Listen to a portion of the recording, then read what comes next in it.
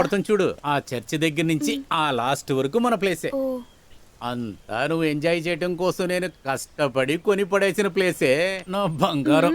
అవునవును. నేను వచ్చాకే కదా మీరు కేసులన్నీ గెలుస్తున్నారు. నువ్వు చెప్పేది కరెక్టేనే. మా తాత అప్పుడే చెప్పాడు, మనకు ఆస్తులు పెరగటం అంతా ఆడవాళ్లతో వచ్చే అదృష్టమేనని. మనం ఎంజాయ్ చేద్దామే.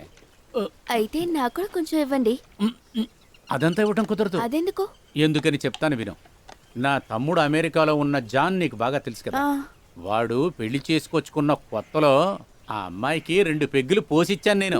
2 4 అయ్యి 4 8 అయ్యి తర్వాత లెక్క లేకుండా పోయింది. తర్వాత చూస్తే వాళ్ళ మొగుండే కాళ్ళ కిందేసి తొక్కడం మొదలు పెట్టింది. అందుకు అదేం కాదులే గాని ఆ రోజు నుంచి ఆడవాళ్ళు తాగకూడదని డిసైడ్ చేసాం. ఎవరు డిసైడ్ అయ్యారు? మా ఇంట్లో ఉన్న మొగాళ్ళందరం కలిపి. తర్వాత నీకుండేది